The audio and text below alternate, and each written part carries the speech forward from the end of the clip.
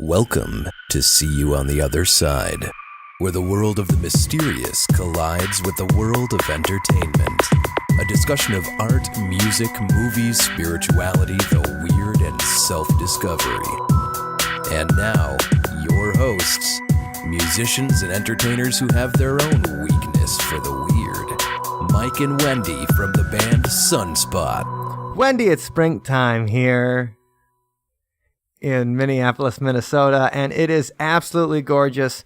The spring, things are coming back to life. It's beautiful here in Madison, Wisconsin as well. I mean, I wish I could open a window, but then the chirping birds will be heard on the podcast, and we don't want to do that. So. No, I wanted to open the window, but every time I do, it's sirens. Oh gosh. So that's that one works so well. That's the one nice thing about living downtown is you get to enjoy sirens. And a thunderstorm last night. I got so shaken by one of the lightning blasts, I fell off the couch.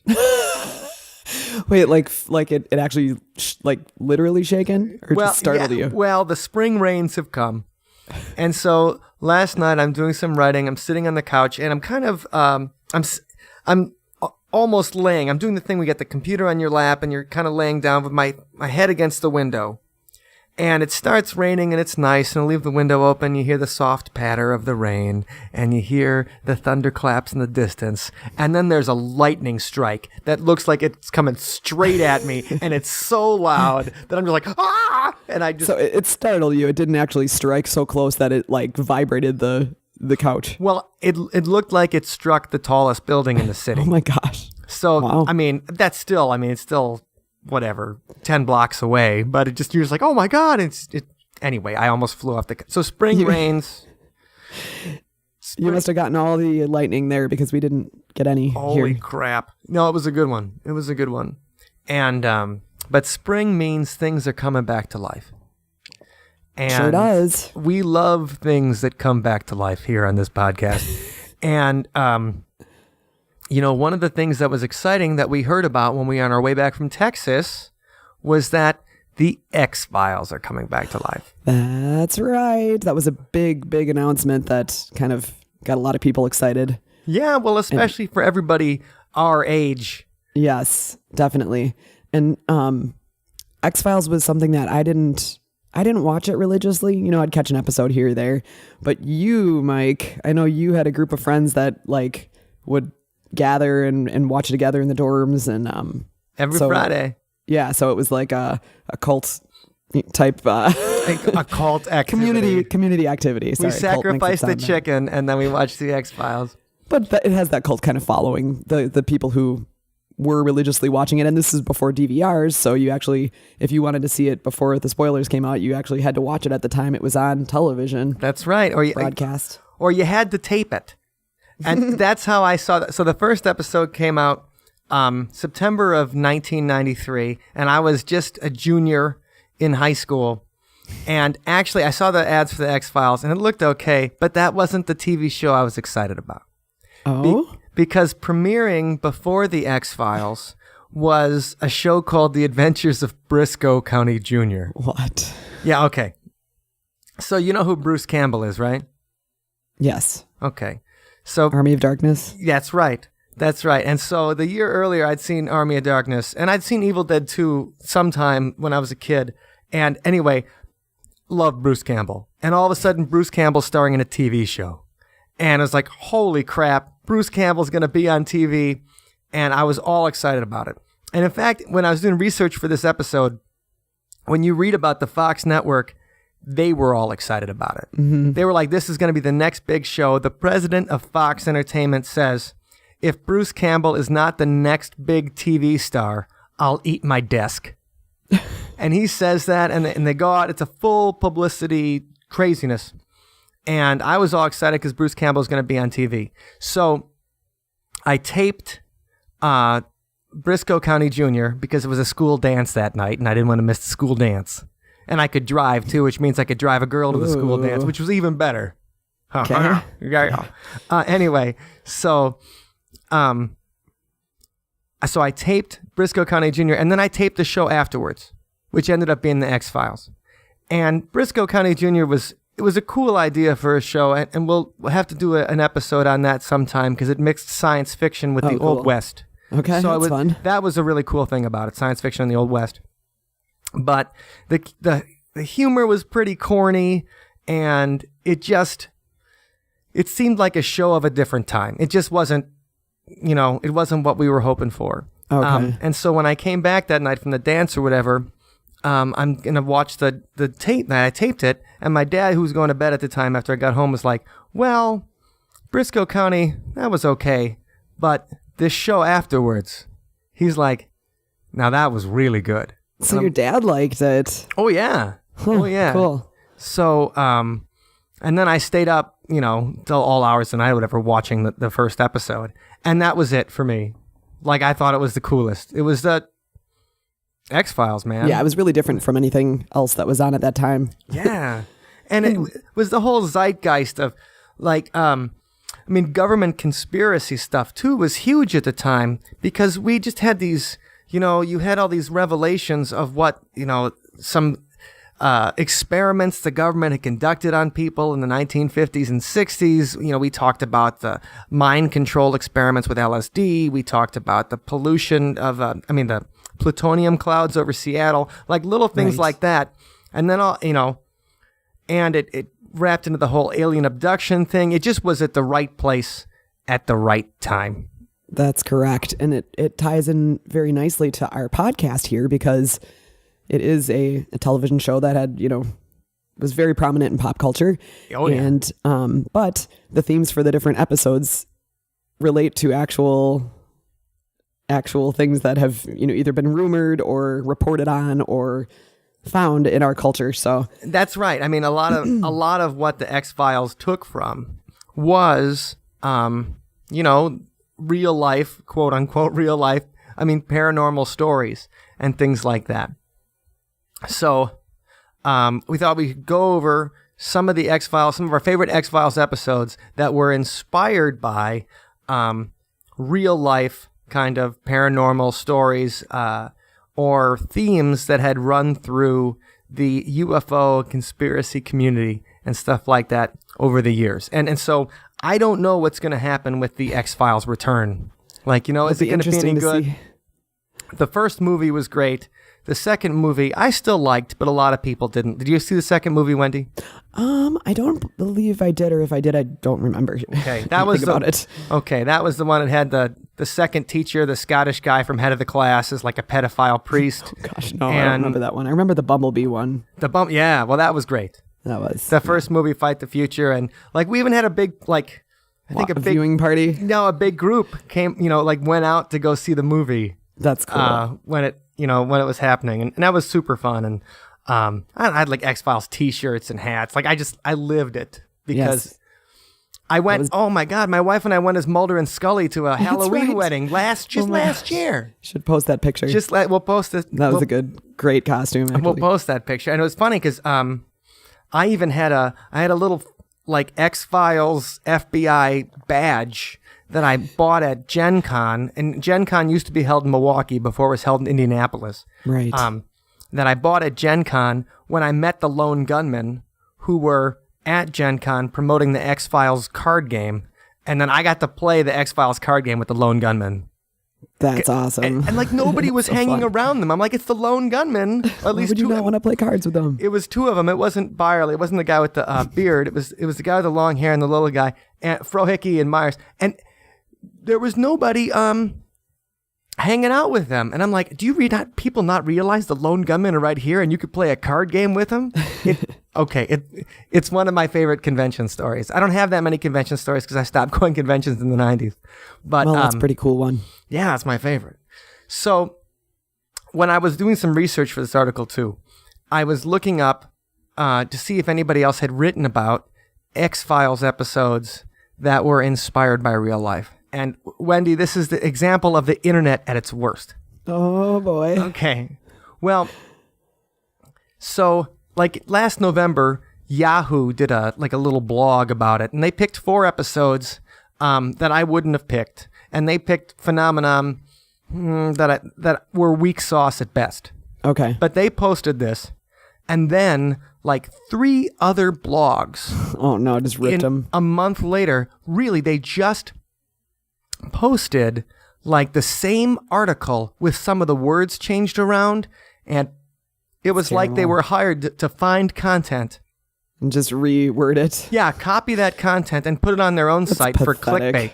It really was pathetic. And I'm like, they could have done more in an hour just for research of a cool episode, of a thing, and made a cool article. And instead they just copied it. So anyway, probably the SEO keywords we're going to use for this episode, when you're looking around this episode, you might find similar stories, and let me just tell you, they're crap. You don't even have to read them.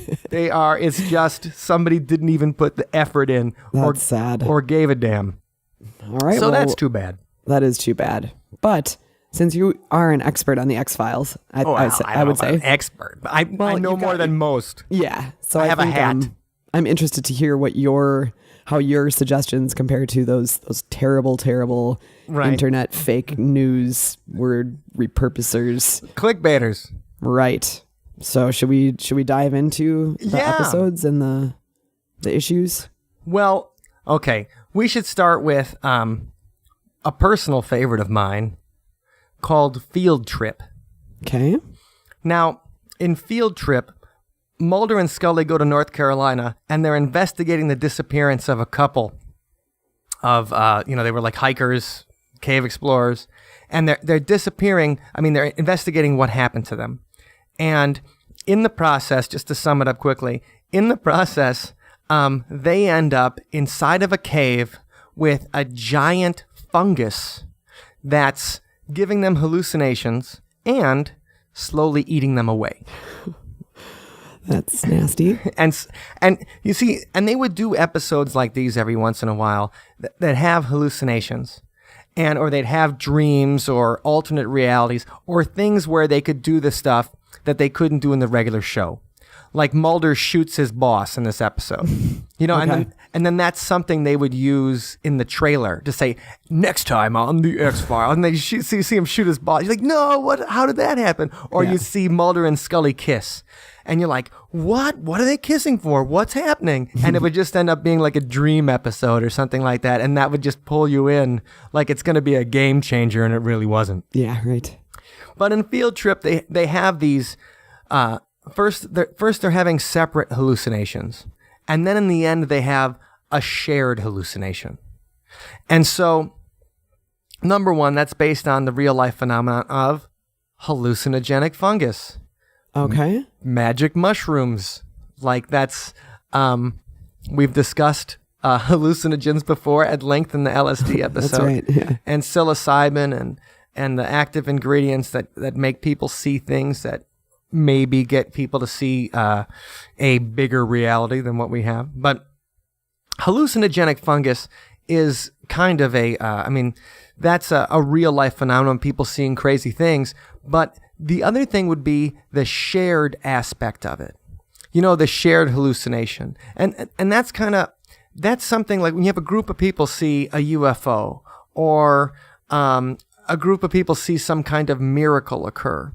I mean, that's kind of what they would refer to as a shared hallucination, because if it's something that you think that can't possibly be real, well, unless it is real, the only other explanation for it is that people are seeing something in their head, but they're seeing something in their head together. Right. Which is a phenomena in its own right. Now, the French have a word for it. Yes. And you are better at pronouncing French than I am. I don't know about this. Let's hear it, Frenchie. Folie à deux. Folie à deux.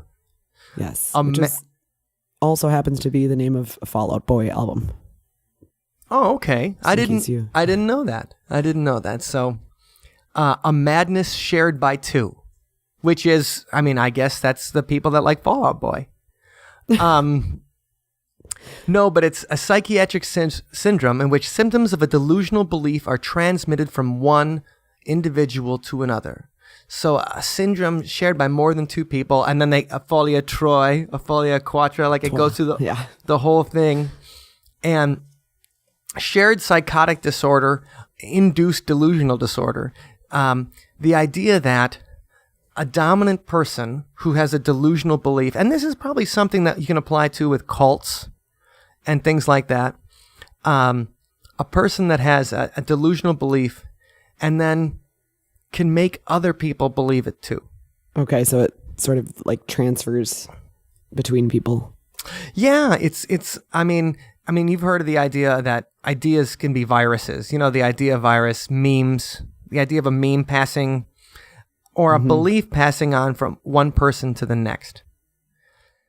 And so that kind of thing, like, so one person believes something, convinces another person to believe it, and then when they go their separate ways, they both believe it.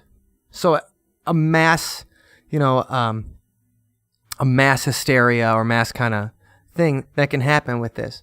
And so also, this is interesting. So there's a military incapacitating agent, BZ, and that's, that it's like a gas or things like that people use to knock people out or stuff like that. Anyway, that's been shown to make it easier to induce dementia in another person. Okay. And also, anthropologists in South America have found that whole same thing when consuming the hallucinogen ayahuasca, which some people think of as, not some people, a lot of people think of as sacred. It's used in a lot of sacred rituals and everything like that. So the idea of sharing hallucinations, sharing dementia, influenced the X-Files and of course, hallucinogenic mushrooms in the Field Report, or Field Trip is the name of the episode. And funny enough, at the end, it even gives you a fake out ending. Like they're like, oh, they figure out that they're hallucinating in the cave, and then they go off and then they do something else, and then they realize, oh no, they're still hallucinating. And then that's the moment they really wake up. Okay. So it even gives you the classic horror movie fake out in the episode Field Trip with hallucinogenic mushrooms. And shared hallucinations. And that was the first one I thought of when I was thinking of X-Files episodes based on real life. First of all, because I haven't seen that episode since it was on in like 1999. And second of all, because that seemed like they were going for a plausible explanation instead of something extraterrestrial or crazy. Now, here's something that's a little more, if you're Catholic, you might know about this particular real life phenomenon. Okay, I'm not Catholic. Okay, but... So you're going to have to explain. Stigmata. Now, stigmata is where you express the same wounds as Jesus did on the cross. Okay, yes, I have heard of that, though.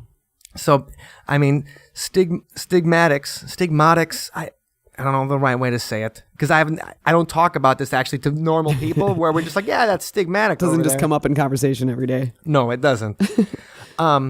But you'll have wounds from your feet and your hands that will bleed, and then also from the side. And one of the interesting things about stigmatics over time is that it doesn't specify which side in the Bible that Jesus was crucified on. I mean, that the Romans stuck a spear in. Okay. So stigmatics have bled from both sides. I see. And also the whole idea is that they bleed from their palms of their hands. And in the actual crucifixion, like the nails would not have gone in the palms of the hands because that's soft tissue. Okay. So if you're being hung by nails in the palms of your hands, it's just going to rip out and you're going to fall off. Like you can't, yeah, I know. Like you can't support yourself being crucified like that. So they would have had to do the nails into the wrists.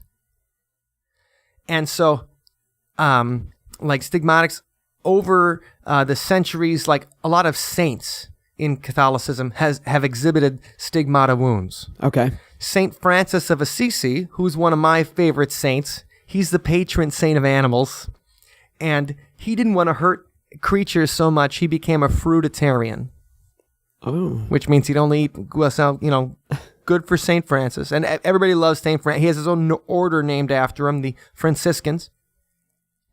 And he was one of the first reports of stigmatics in the Catholic Church. Okay, And so I see. the blood, he exhibited the wounds of Jesus. And stigmatics, when they have that happen to them, they have what's called ecstatic experiences. They get all emotional. They they speak some crazy stuff, like the whole deal. And Stigmata deserves its own episode. I would love to interview one and like investigate and like That'd be check out the interesting. wounds and get more into it. Like somebody who actually does exhibit the wounds, I would love to Yeah, have a I'd be chance to curious. check it out and be like, you really bleeding, or did you just dip your hand in some ketchup? Right. So the X-Files had A whole An episode? episode devoted to someone who was killing stigmatics. Okay. Ooh, creepy. And I mean, I'd say the main thrust of that one is it kind of, Scully was introduced as a Catholic. So she was introduced as somebody who used to be religious and now she wasn't. Okay. And she was always the skeptic while Mulder was the believer. And so her lapsed Catholicism made for a good deal of episodes where she was dealing with that and her Challenging. yeah, and she was dealing with her belief and things. And so, but what I always thought was funny was that whenever they would investigate things with Scully's Catholicism, it kind of always implied that it was real. So in the Stigmatic episode, like, well, something weird is happening. The Stigmatics aren't frauds.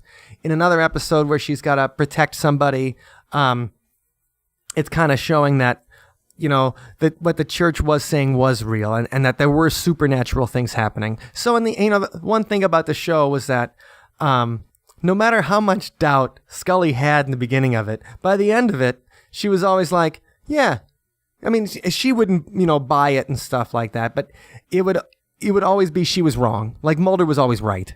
And that's how it felt when you would watch the show. Like, yeah, she's going to be a skeptic, but it's not going to be much of a show if the skeptic is right. Yeah, that's true. It's not too much fun that way anyway. Right. It's good. It's going to be the boring files. And I live the boring files. So I don't need that. Yeah, we don't need to watch TV for that. But like at the end of this episode, she goes into the confessional booth. And for those of you who aren't Catholic, I'm sure you've seen confessional booths in movies. You go in, you say your sins, the priest tells you to say a few prayers, and then God forgives you, and you can take communion again. But she goes into the confessional booth at the end of the episode and wonders if God is speaking, but no one is listening.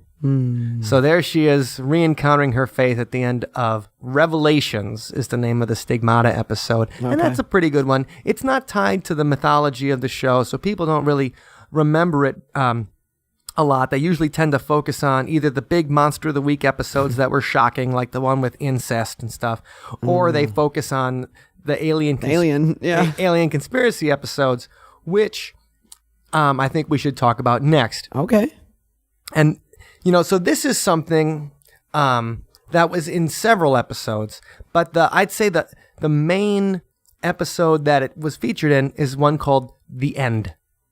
Okay. And that's about alien-human hybrids. Ooh. That's right.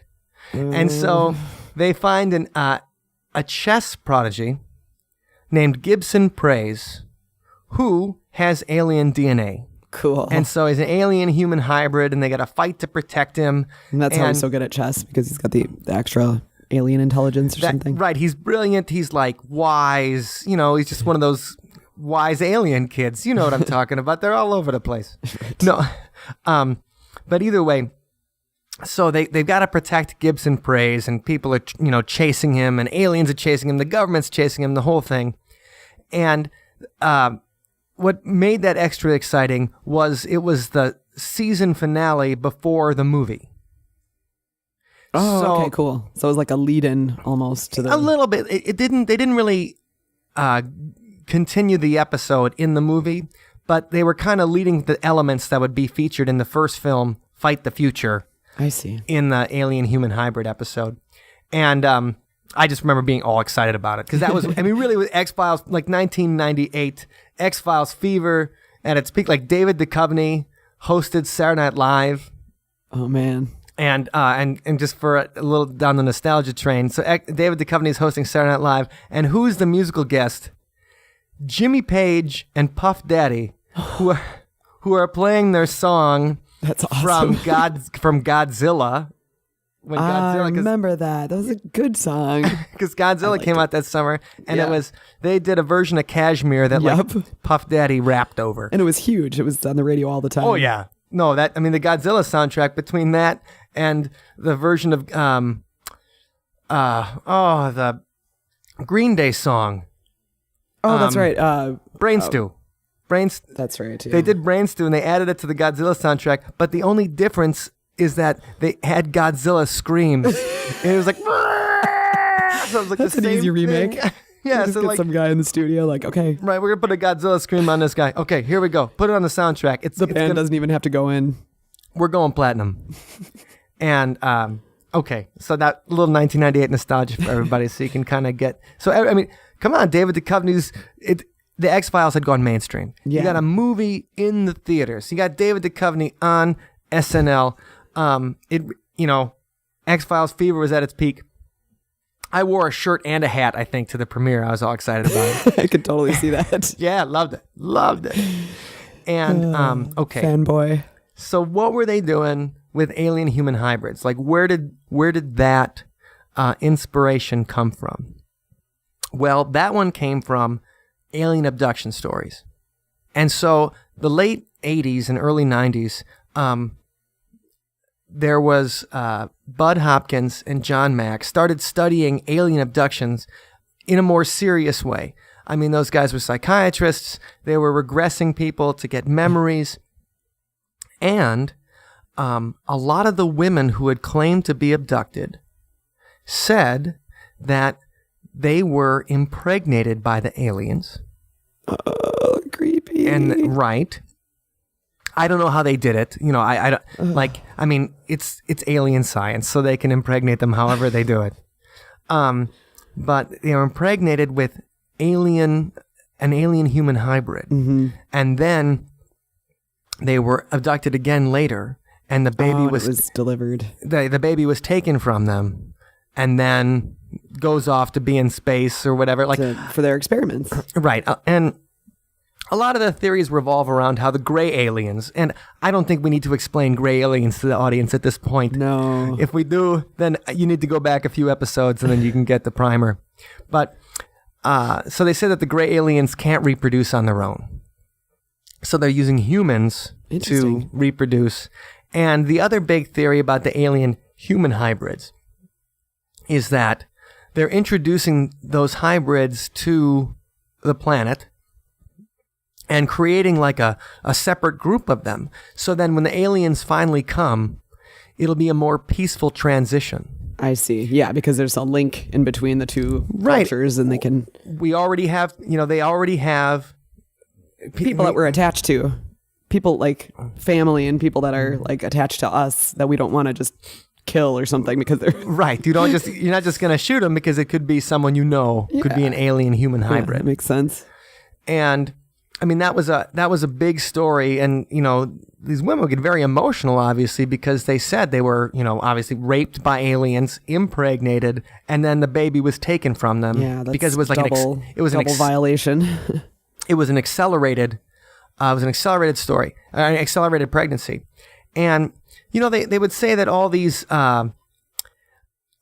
women had like pregnancy reports, and they went to the doctor, and the doctor showed them that it was a positive, and, alien implants was a big thing at the time.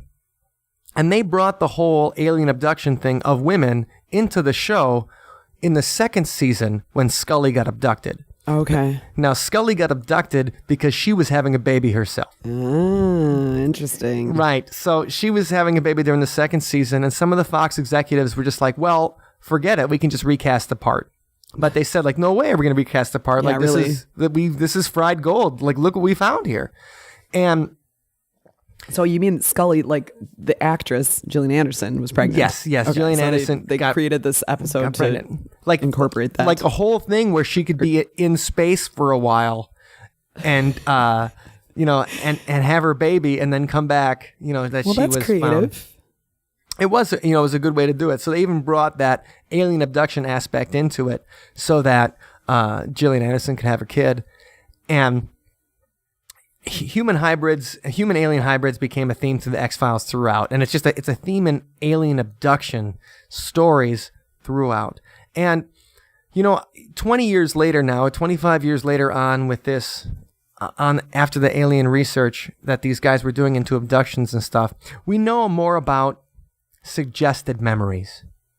That, people can have memories suggested to them that they believe just as much as things that really happened to them. Truly true memories. Yeah. And so there was research done into memory by Dr. Elizabeth Loftus, who actually our friend Robin used to do research for. And I always thought that was cool because she was doing research in, talking about alien abductions. That is cool. And, but one of the things that Dr. Loftus did was they did like a suggested memory to somebody about like being lost in a mall when they were a kid. And it was something that never happened to them.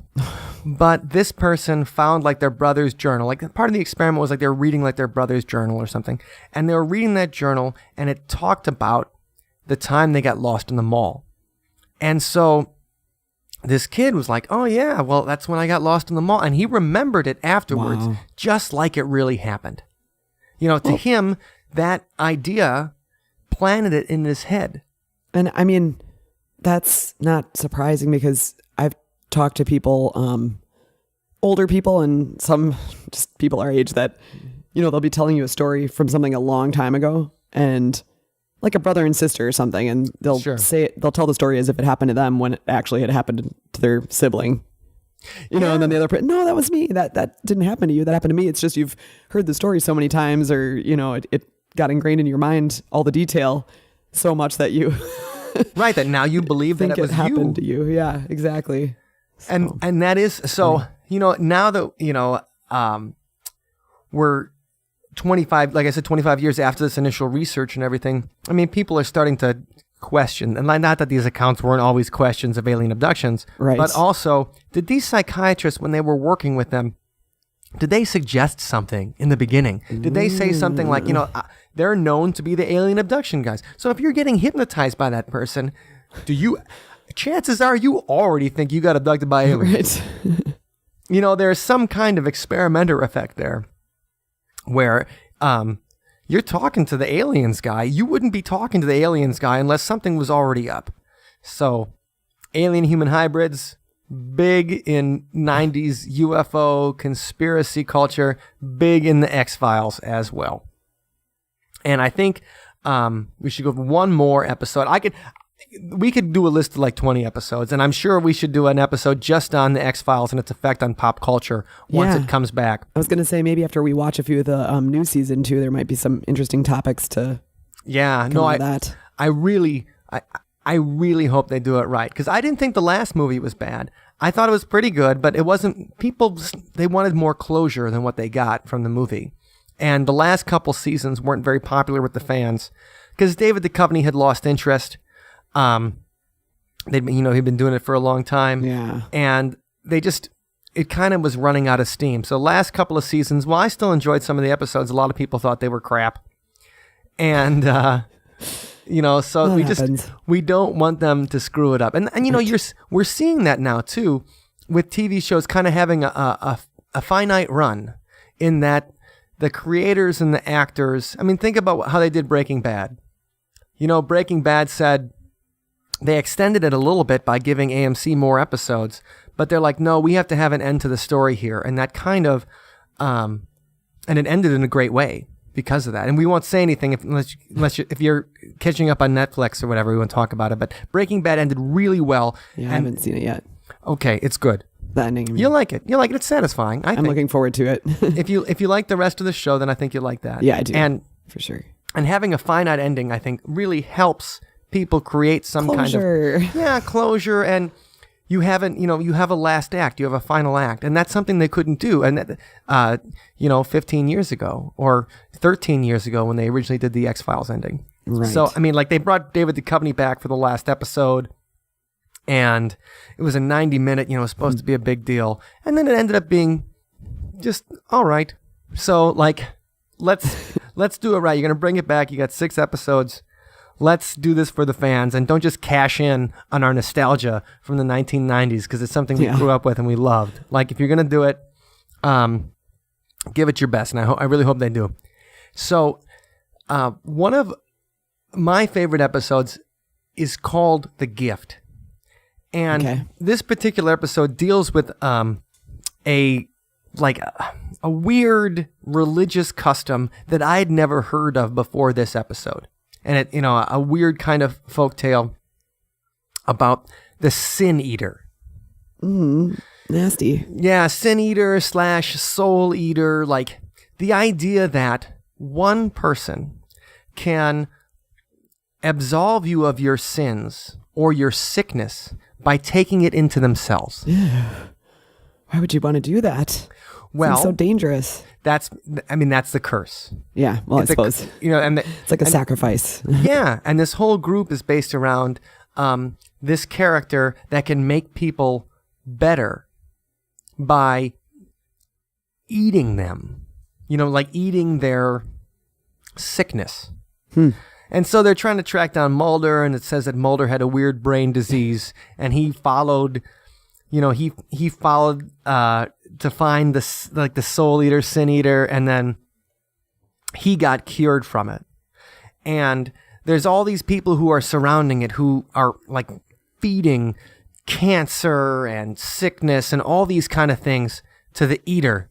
And the eater is just this disgusting mess, because it's just full of sickness, sad. Full of every kind of sickness. Yeah, the worst of the worst of everybody. That he took on.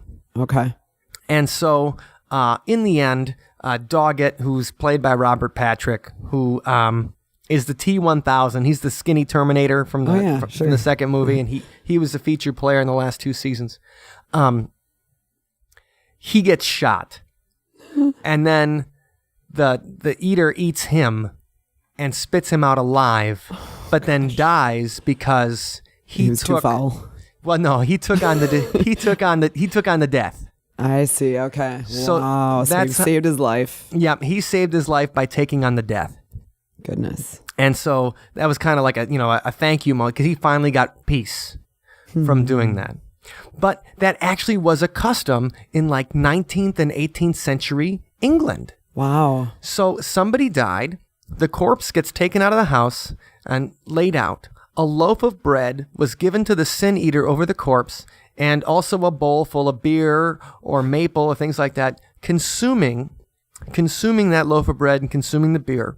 And then they paid the eater like a 6 pence or something. It was like $2 in modern currency, given to him for the consideration of his taking upon himself the sins of the deceased, who now freed, it wouldn't affect them after death. Wow, interesting. So then the person who eats the sins, I'm assuming the rest of their life isn't terribly pleasant? Well, in the real world, it doesn't. Sin Eater was usually like a homeless guy.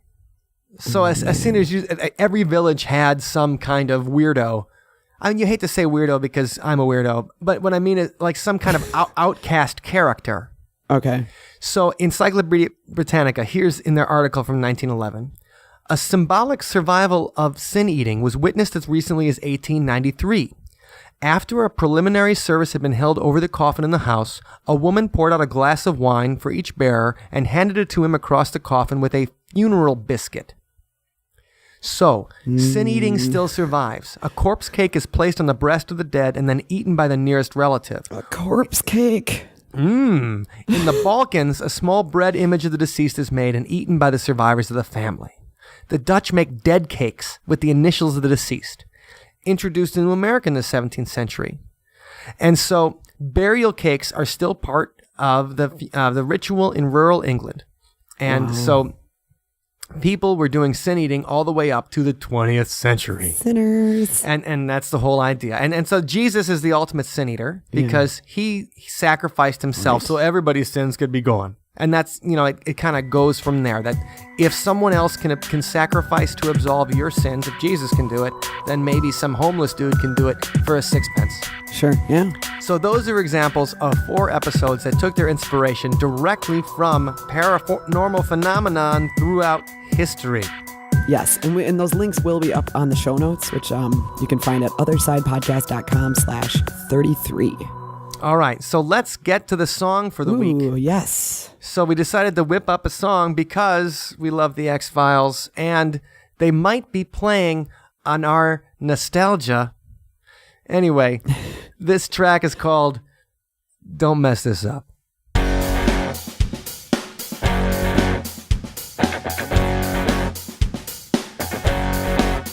Well, they're using my nostalgia and they're trying to make money off my youth. 'Cause they're bringing back the X-Files and they think that I still care about the truth. Well, they make me feel so old when they dig up all the actors. At least I'm in a demographic that still matters. I still cuss the lone gunmen and their luck. And I think I can speak for all of us when I say don't mess this up. Yeah, don't mess this up. I'm looking at you, Chris Carter. Well, we've been burned before, from Jar Jar Binks to Indy 4, don't you see? It's been reboots up the tail and they've all added up to fail. You just want money. So let's put on some Spice Girls like it's 1997. Pop open a surge and watch a little Seventh Heaven. Don't you dare talk about conspiracies after 9/11. But I think that I can speak for all of us when I say don't mess this up. Yeah, don't mess this up. Here we go.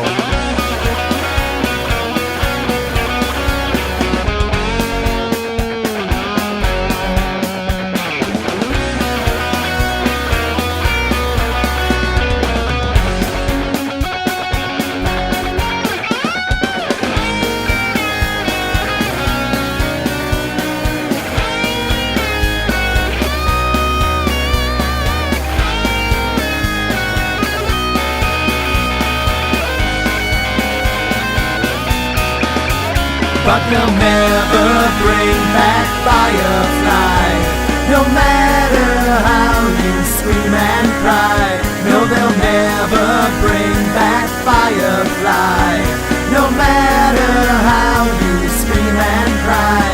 No, they'll never bring back Firefly, no matter how you scream and cry. No, they'll never bring back Firefly, no matter how you scream and cry. 'Cause they're using my nostalgia and they're trying to make money off my youth. They're bringing back the X-Files and they think that I still care about the truth. I want to believe was definitely not it. It was cool you made a second one, but next time get a script. Can you even show the smoker man with a cigarette that's lit? I speak for every 30-something when I say don't mess this up. Yeah, don't mess this up. Yeah, don't mess this up. Thank you for listening to today's episode. You can find us online at othersidepodcast.com. Until next time, see you on the other side.